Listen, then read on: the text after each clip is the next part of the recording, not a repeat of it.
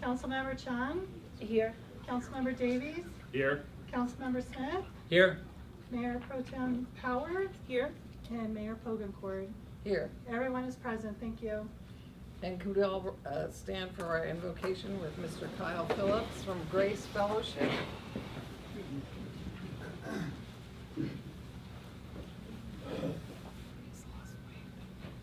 Thank you.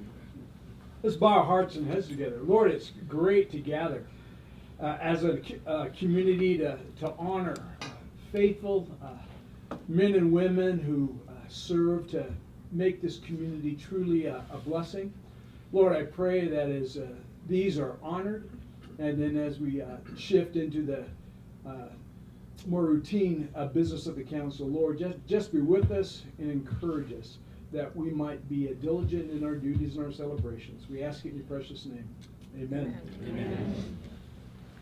Okay, will you lead us in the pledge, Mr. Smith? Yes. Salute. Pledge. I pledge allegiance to the flag of the United States of America and to the republic for which it stands, one nation, under God, indivisible, with liberty and justice for all. You may be seated. We have police chief reports. Chief Standridge, please. We have a motion on that. Over this thing.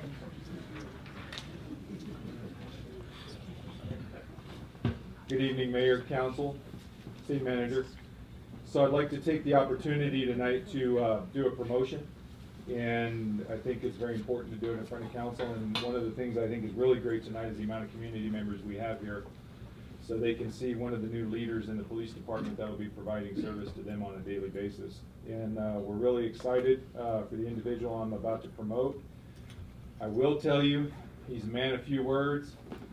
But you know what? We don't need him to talk. We need action, and that's what he's about, and he gets the job done. So that's one of the things that we like about him, and where he's going to be real beneficial in our department. Luckily, I get to come out and be able to talk. So with that being said, I'm going to read a little bit about his bio, and then I'll bring up right now Officer Ryan Hulse until I hand the badge off, and he gets a brand new one, and he'll be Sergeant Ryan Hulse. Yes, I know. Sergeant Ryan Hall served as a field artillery cannon crewman in the U.S. Marines from 2007.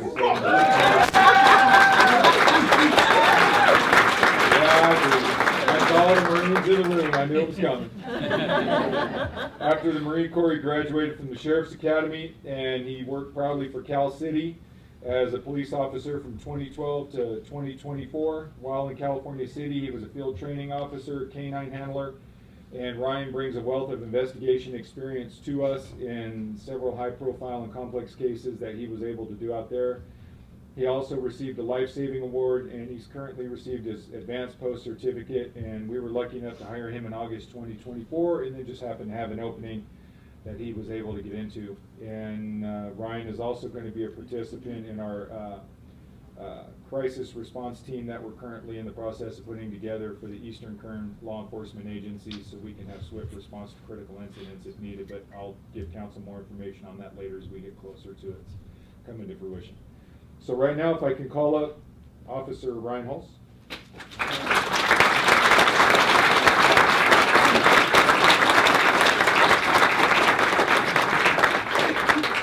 So you have how many family members do you have here, Ryan? My mom and my dad. And who do you want to pin your badge on? Rebecca. Okay, now if you stick him. Don't blame me. All right.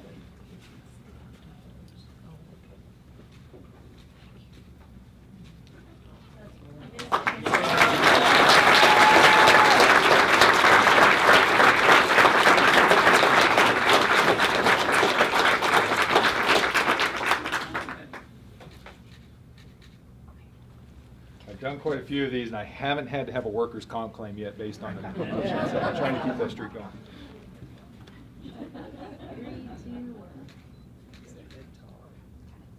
All right, congratulations. Thank you. Ryan. You want a photo with your mom and dad?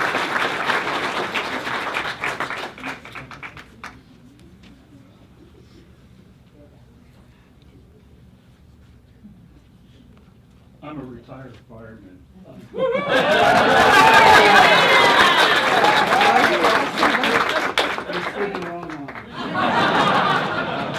And we didn't do a good job tonight, we exceeded the fire limit. Thank you.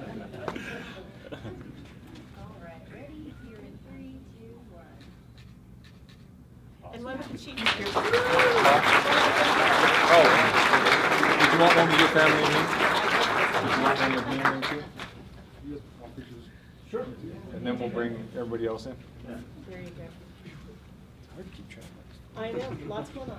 It's like herding cats. It is. Okay, ready? 3, 2, 1. All right, you guys want to come on in? Ready?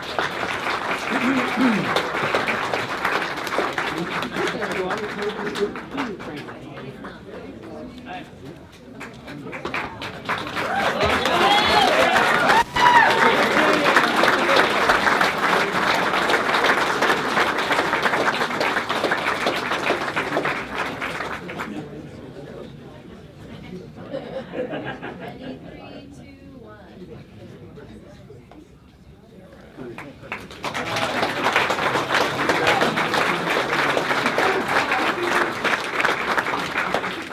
We thank you very much for your cooperation and interest in our police department. And Chief, since you've been here, this department has doubled, tripled, whatever. When I came in '72, we probably had 2 police and 2 sheriff in the whole place. We've So done it's promotions. outstanding. We've Thank done you. promotions, we're filling positions, we have another young man going through background, we'll send to the police academy. We just had 2 graduate, you saw one here on field training, and then we've got 2 other open positions, so trying to get some quality candidates and keep moving. We've got a lot of things going, so the public should be proud of what they're paying for. Exactly.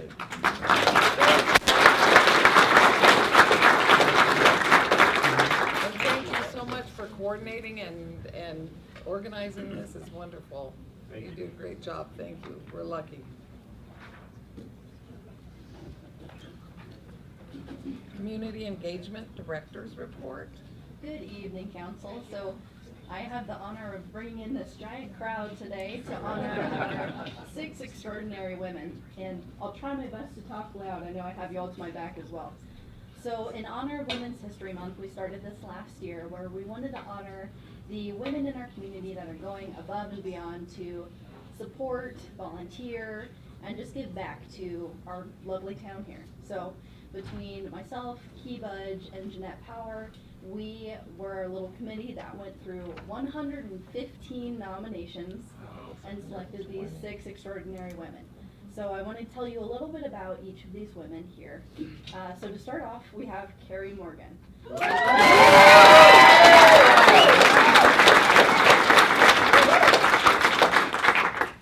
So we got several nominations for Carrie.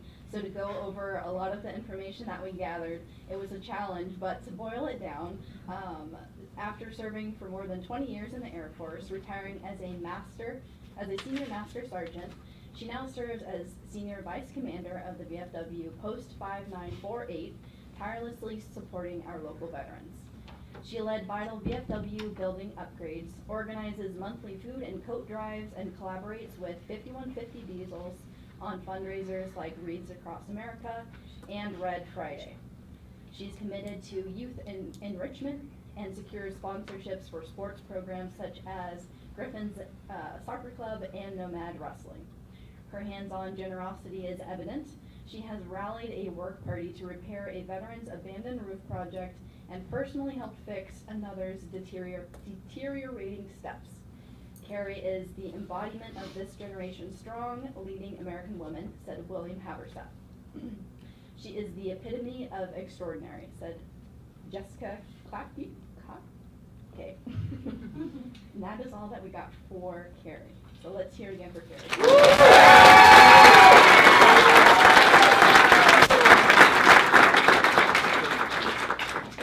Can we have Carrie come up?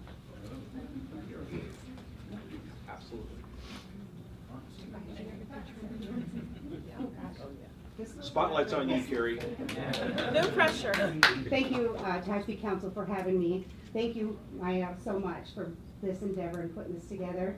And honestly, to the community, thank you guys so much. And Tehachapi is an amazing community. None of us stand up here alone. I mean, the VFW, the American Legion, I mean, we are just nothing but lots and lots of hands, and I'm deeply humbled to be here, but I mean, I don't even know that I should be, because the whole team should be up here. We work together as a team. So thank you, everybody. I'm very, very grateful. So thank you so much.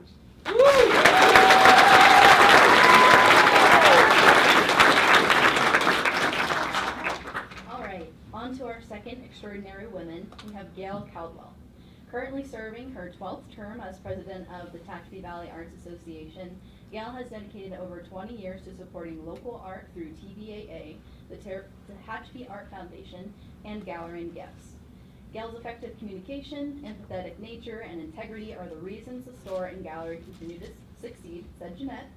She spearheads the Makers Market, coordinates vendor fairs for Tehachapi's July 4th Festival and Bear Valley Springs Holiday Bazaar, and fosters young artists through events like Chalk on the Walk, which provides scholarships and art supplies. Under her leadership, TVAA adopted the Make Art Tehachapi nonprofit to support restoration efforts. Her love for Tehachapi and its art is limitless, said Jeanette. Give it up for Gail.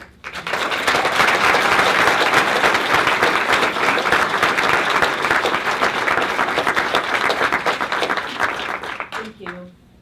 Tehachapi is full of extraordinary women, and to be singled out is just an incredible honor. Thank you so much. Very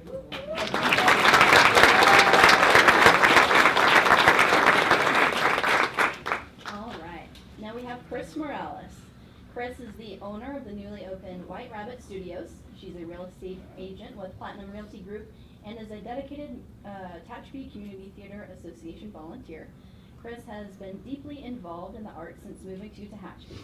Since joining TCTA, she has directed, produced, and acted in numerous plays, and during the pandemic, she kept local theater alive by streaming the late-night talk show, Telethon, and later launched T-Town Tonight, an annual talent showcase benefiting charity. From 2020 to 2024, she served as TCTA's executive director. White Rabbit Studios offers a range of creative classes, including acting, improvisation, music, dance, puppetry, ASL, and yoga. She puts 200% into every journey she embarks on, said one nomination. She is a mover, motivator, and the one to make things happen. Let's hear it for Chris.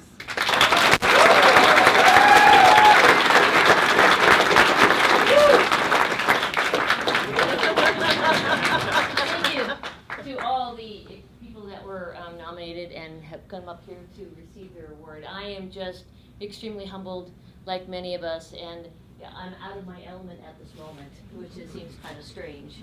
I'm better at performing than standing here accepting any kind of recognition of any kind, but I do thank you so much, and I think that the arts has been something that is a passion for me, and that has helped me to become the person that I am, and that I can give that to this community so that we can all be creative in our own way and contribute back to this beautiful community. And I thank you to the city, every single one of you, for being part of that and supporting TCTA and my adventure with White Rabbits. Now I need you all to sign up. Thank you very, very much. Much appreciated.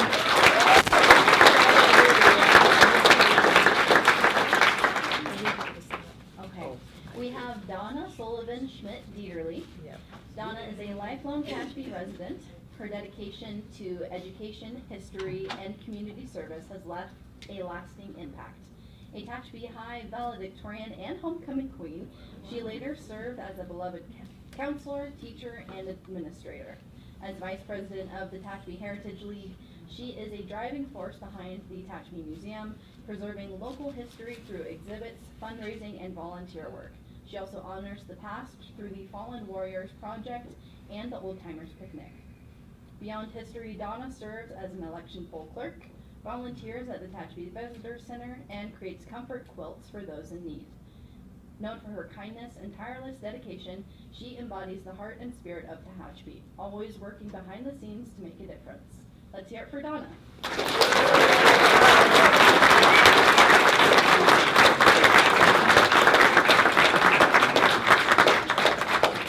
I want to be behind the scenes. But I thank you so much for this honor, and I'm just overwhelmed. It just seemed so weird to me when I heard that I was selected as one of the extraordinary women, and the other 5 ladies are just awesome. And I appreciate living in Tehachapi. I love it here, and thank you again.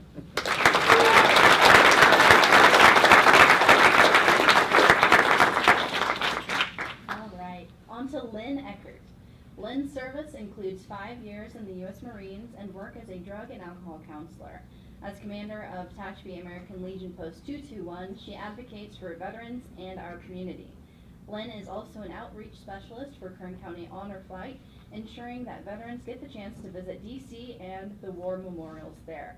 She has helped organize Tehachapi's Veterans Day event and spearheaded the memorial bench for Tehachapi MIA Gilbert Mitchell. She also chairs TOPS, Take Off Pounds Sensibly, which supports healthy living and generously helps those in need. Let's hear it for Lynn.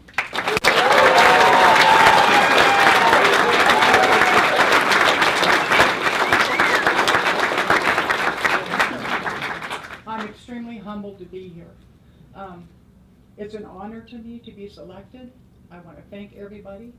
I'm overwhelmed. I really am. I was shocked when I was nominated and got the email, and I just want to say I love doing what I do. I love working with veterans, and I'm glad I'm a veteran, and thank you very much.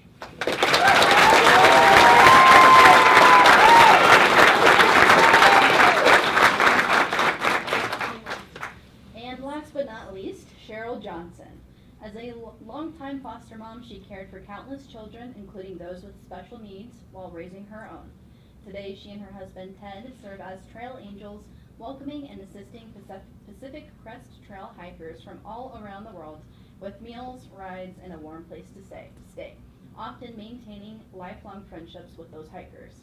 She leads the Comfort Quilts charity, organizing workshops to create quilts for cancer patients, veterans, disaster victims, and many others in need.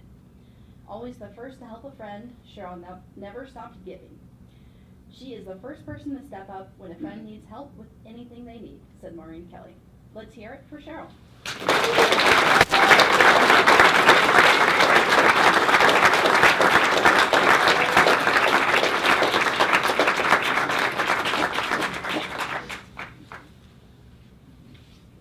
Well, needless to say, this was a total surprise and totally unexpected. I alone, of course, have not made 400 quilts that, that go out to the community, to LA Children's Hospital, Links for Life, and of course my husband and I do not cart in 5,000 hikers.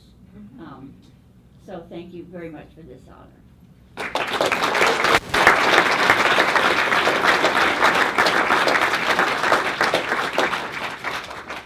It has been an honor to recognize these 6 women and the various aspects of the wide spectrum of involvement in our community that they represent. So we commend them all for their hard work, dedication, and strength of character. So just once again, can we hear it for all 6 women?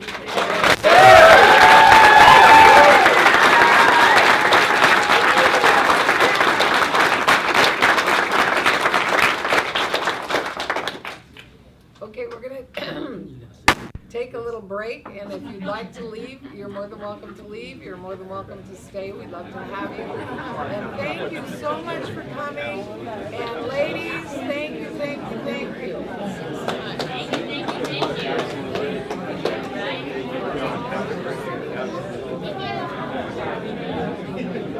How are you?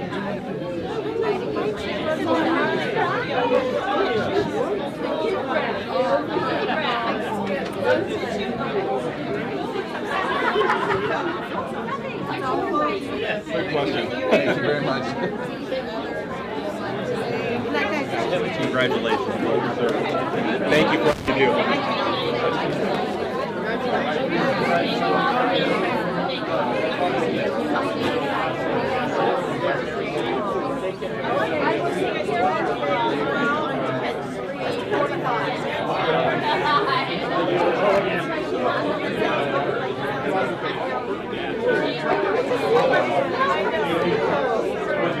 I didn't know.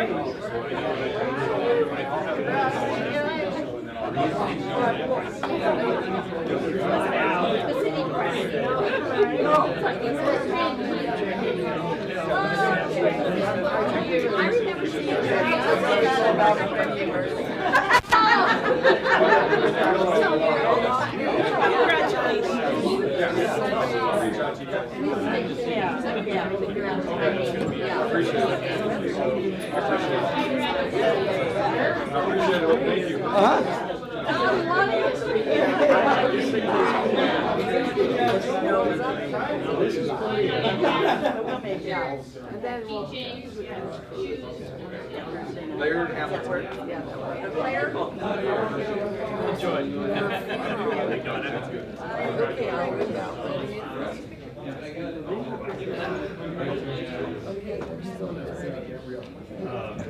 Display that you're having, it wasn't even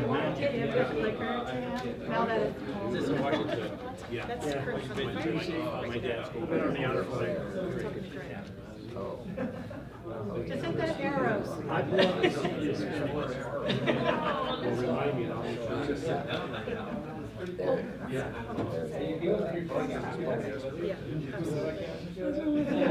You wouldn't dare. Of course, Air Force.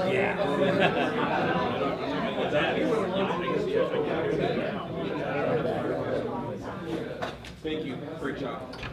Okay, we're getting. Yeah, we ready? Remember Russell? He and I went. That's great. He's Oh, ready. Lincoln. I'll get some pictures for you. Yeah. It was neat. I don't know if I have one. I think that is so. Okay. Thanks, Ron. Okay, I'd like to resume our meeting. Our consent agenda is all items listed with an asterisk are considered to be routine and non-controversial by city staff. Consent items will be considered first and may be approved by one motion if no member of the council or audience wishes to comment or ask questions. If comment or discussion is desired by anyone, the item will be removed from the consent agenda and will be considered in listed sequence with an opportunity for any member of the public to address the city council concerning the item before action is taken. Staff recommendations are shown in caps. Here we go. Okay, do we have any public, any written or? Anybody like to take anything Yes. off consent? Anybody? Public? Council. Council? Nope. Motion Can to I have a approve motion? as presented. Second. Councilmember Chung? Yes. Councilmember Davies? Yes. Councilmember Smith? Yes. Mayor Pro Tem Power? Yes. Mayor Pokencourt? Yes. 5-0 vote, motion carried. Okay, can we have our, looks like, Public comment. oh, public comment, okay, I'm sorry, I was ahead of myself. It's okay. Do we have any public comment? City? Okay, no public comment. Okay, can we have our fiscal year 2024 financial reports? Hamid, Mr. Jones, here we go. Good evening. Good evening. The items you have before you are our fiscal year end 2024 financial reports. Just want to give you a little bit of background on our audit process. So we started this process with our auditors with our interim audit in June of 2024, where they came and did their preliminary field work, did some initial testings and some information gathering. They then returned for their final audit field work in October of 2024, and then issued our annual comprehensive financial report in December 2024. Our comprehensive annual financial report consists of one introductory section that contains all the information about the city. We then have the financial section, that's kind of the meat of the document. It has the independent auditor's report, our management discussion and analysis, and then you get into the numbers with the audited financial statements and then supplementary information. And then in the last part of the report is the statistical section. So that has demographics, operating indicators, economic statistics, and then property tax information. And so all of this information is compiled to produce this report that we submit to GFOA for an award. The award is for the Excellence in Financial Reporting Award, and the city has received that award for 6 consecutive years. And so we have submitted this document and for the award, and we hope to receive that for the 7th year in a row. Just to kind of give an overview, the audit received an unmodified clean opinion, so that is what you want to receive. There were no material weaknesses found in our internal controls, and I would like to highlight that our general fund reserves are very healthy. And so at this point, I'd like to bring up Greg Fancannell from Van Lant and Fancannell LLP, and he'll have a brief presentation. Hopefully brief. So we finished our audit, except for, we're still working on what's called the single audit, which is an audit of your federal grant programs. We're almost done with it right now. The due date for that is March 31, so we'll definitely have it done by then. It's where we have to come in and test your compliance with all the federal requirements. All these grants you get are not free. You got to do a lot of administrative stuff. But and also what kind of internal controls do you have over the federal money? The expenditure of. He kind of mentioned the planning phase. We were here earlier in the year. That's where we do a lot of, we call it risk assessment, a lot of judgment on what areas we need to focus on. We have to look for fraud and errors that are material, could be material to your financial statements. And we gain an understanding of all the controls you have in place here. Before I go any further, I wanted to thank all the city staff for helping us get through the audit in an efficient manner. When we show up here, everything's ready. The accounting records are all neat and tidy. We have clients over the years that we show up and it's just a mess. And so I really appreciate showing up here. Anyway, then we do our year-end audit field work, as was mentioned. No internal control issues this year. The appropriations limit report. Most of the cities we audit, we have to do some procedures on the limit that the city adopts, but not. Then you have to compare the limit to your proceeds of taxes, is what it's called, and you're not allowed to have more proceeds in taxes according to state law than the limit that was calculated. And I just wanted to point out, you guys are getting closer than most of our city clients to the limit. Just something to keep a watch on it. It's kind of a complicated calculation, and there's certain actions you have to take if you do exceed the limit. But anyway, you're probably about at 90% or something right now of your limit. It's just something that I think the new tax and everything has effect on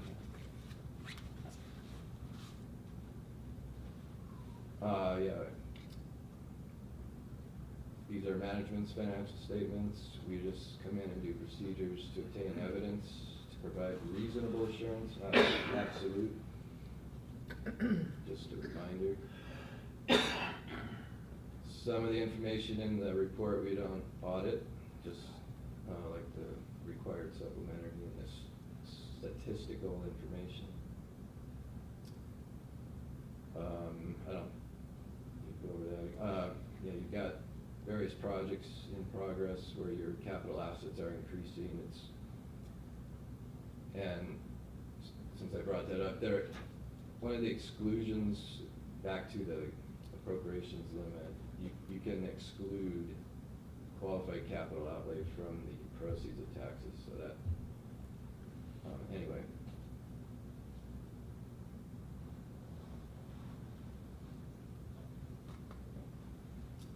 So part of our audit is just, we have to test, has the city complied with all these laws and regulations, grant agreements, it's a long list.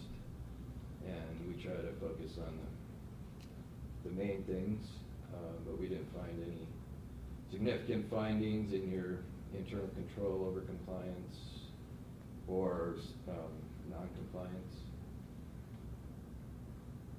And that's what I was talking about. Your limit's about 17 million, your appropriations limit is under state law.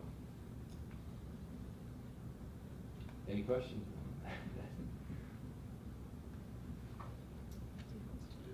Public?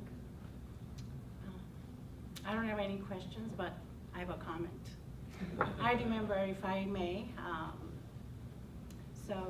when we first went to audit firm with the Greg, I thought I was dying. The amount of work, the amount of checklist that we had to do was tremendous.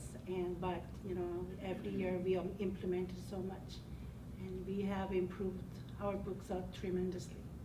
And we cleaned our books so much that you know, every year we get mostly clean audit. And although it was very hard, you know, it was very challenging, but I do appreciate you and Brett for you know, keeping us in check. Thanks. And not to mention that Steph's effort, you know, in order for us to accommodate or to follow what their needs as well as their demand, we have to do so much. So such an arduous process that both sides did such a good job. Thank you. Thank you. Any other questions? When there's no questions, that's a good thing. Yes. We are. Thank you. Thank you. Thank you so much. Thank And you. we are very, very proud of our financial department, Hamid and your staff. Every year we seem to get an award. If we don't get an award, I'm gonna go under the table here. I tell you, it's every year you seem to do a great job with your staff and presenting the report, and we thank you so much. Okay, we have a public hearing. Oops, are we not done? I'm sorry. No, you're good. We opened the hearing. Oh. Good job. And I'll do the public noticing. It was published for the transit needs January 29th in the Tehachapi News. And so Hamid will do a staff report. Okay. And Tori, you did our notion there. Yeah. Okay, and Hamid, would you do the staff report, please? Yes, thank you. Thank you. So this is a requirement for the city to undergo each year in order to receive Transportation Development Act funding. We contract with Current Transit to do our dial-a-ride transit operations here within the city. And we compile statistics every year, just kind of analyze any trends. So some of the statistics, our ridership unfortunately decreased 7.4% when compared to the previous fiscal year. And our costs have increased 11.2%. One of the requirements that the city is required to maintain is a 10% fare box ratio. So that's just taking the fare box revenue, dividing it by the total expenses. This year, the fare box percentage was 0.54%. That was down. Traditionally, it's been about 1.5%. So nowhere near the 10% ratio. And so in years past, what the city would have to do in order to satisfy that requirement is just transfer in a subsidy from the general fund. And so the last few years, that requirement was waived. And in this current fiscal year, we were able to utilize some CRISA funds, which was Coronavirus Response and Relief Supplemental Appropriation Act, of $26,000 to satisfy that requirement. And so by satisfying that fare box requirement, the city was eligible to receive $835,000 in the current fiscal year from LTF and state transit assistance funds. The city continues to try to boost ridership. We try to boost our advertising efforts, so we continue to put ads in the digital ads in the loop, informational banners, brochures, inserts into the water bill, and more recent efforts included we created a public service announcement that actually received a Kern Cog Award. So that was a fun little endeavor. We also have an advertising panel at the New Valley Park. And so we hope that that will hopefully start seeing some rewards in increasing our ridership. And so again, this is just a requirement in order to receive our funding, TDA funding for the next fiscal year. And so, let's see. I recommend that the council adopt a resolution finding that there are no unmet transit needs that are reasonable to meet within the city. I'm available for any questions you may have. Do I have any public comments? You open the hearing, I think. Oh, no. We've opened the hearing. Do I open them? Okay. Oh. I'd like to open the hearing. Do I have any public comments? Council? Don't be shy. No, just a comment, it's so difficult for the ridership portion of it. We must provide the service. There's not a, gee, wish we don't have to if no one wants to use it, but it's you know, we offer it and it's a mandatory that we provide it to those who do use it. So I'm not sure, we've brought it up before, could we go to a smaller system, a less centralized system? Can we have, you know, like cars that are available, or could you put it out to Uber or something private or something like that and use those dollars? I don't know if there's, I'm sure you've tried every option. We do get together and try to think of ideas, and we thought about expanding or doing a fixed route, and it just, I think a lot of times it just increases the costs of a lot of the ideas that we're doing. So I think, like you said, it's something that, you know, we provide, and it requires a small subsidy from the general fund, and so we do provide the service. It is used, and then we do. Then we're eligible to receive much more funding, you know, for other streets and roads purposes. And this is not unique to Tehachapi. It's across the state. The model is really built around larger cities. And you know, it's something that we're just mandated by the state of California to do. And we're happy to provide that door-to-door service, the dial-a-ride, but it does cost money to do that. And you know, as long as we continue to provide this service, then we will continue to get the 800 and some odd change towards streets, roads, streetlights, those sorts of things. So it's well worth the effort, that's for sure. Question, on the vehicle we use, is it always less than full? Could you downsize the size of the vehicle, or are there limitations on that? Don't know. I would assume that it's less than full, yeah, but I'd have to check. But there might be there's times that it's full and we need, they could do a second run. I'm just saying. It's a great comment. We do contract with the county of Kern, and they have a standard bus size, Right. and it's probably for good reason, right? Maintenance and, you know, those sorts of things, drivers, education, training. Yeah. But mostly it's probably hardly ever full, quite frankly. Yeah. So I have a comment. So I do know, I understand the pain that, you know, the finance department has in order to meet that, the 10% requirement. Because of the characteristic of our town, although we are, as a city, we are required to provide the transportation service, public transportation service, in order for us to receive, you know, the way more, the money for the roads as well as transit. People talk about, you know, much it's probably cheaper to provide Uber. Uber cannot provide what dial-a-ride provides. There are so much regulations, and Uber cannot handle, they don't, first of all, provide proper insurance, I don't think. And second of all, for the handicap. I rode dial-a-ride once with a handicapped person. It takes a process, and it takes a lot of effort by the driver to go and do those things. And it is such a benefit for the people who in need.